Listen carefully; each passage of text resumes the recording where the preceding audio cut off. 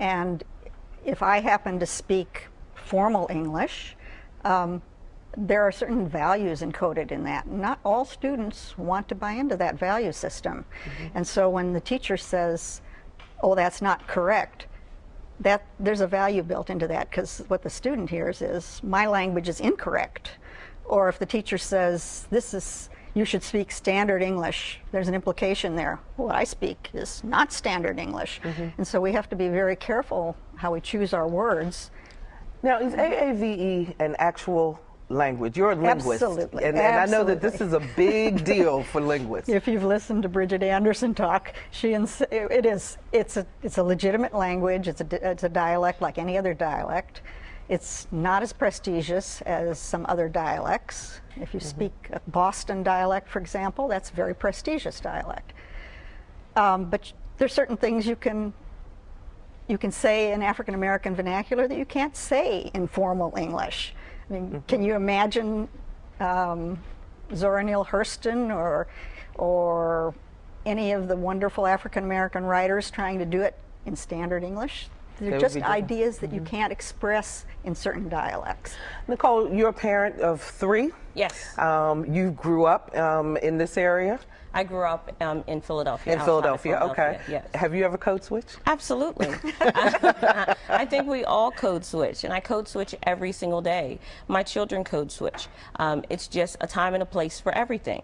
You need to know when to do it and when not to do it.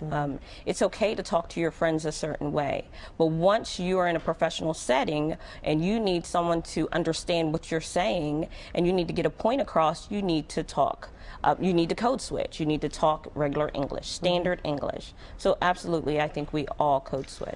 Lisa, what did you find overall in the documentary? I mean, what's the takeaway?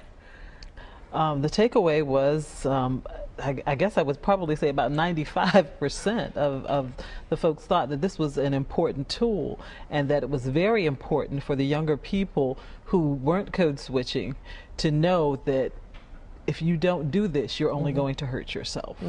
Now, growing up, I mean, I learned to code switch, and I would say all of us learned in our formative years how to do this. But there are some parents you found, I believe in the documentary, who said they were not going to teach their children how to code switch. As a matter of fact, we have a clip. Let's take a look at that right now.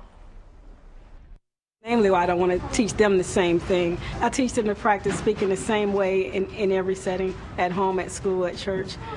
Just standard English, the way they're taught in school and at home, because I just want them to grow up speaking correct English and be articulate, be able to pronounce everything that they're trying to say with anybody, everybody, everywhere they go. It's funny because I have 4 children, and I spend about $60,000 educating those children a year. And they hear me talking like that sometimes, and they correct me. But I think it's cute. I'm like, you ought to be correcting me, because I'm paying enough for you to be correcting me, even though you're in 4th grade. And so they're not getting the benefit of the double language because they have been isolated with their education. And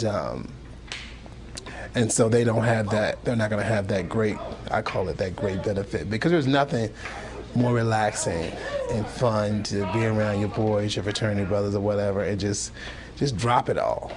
And it's a cultural thing.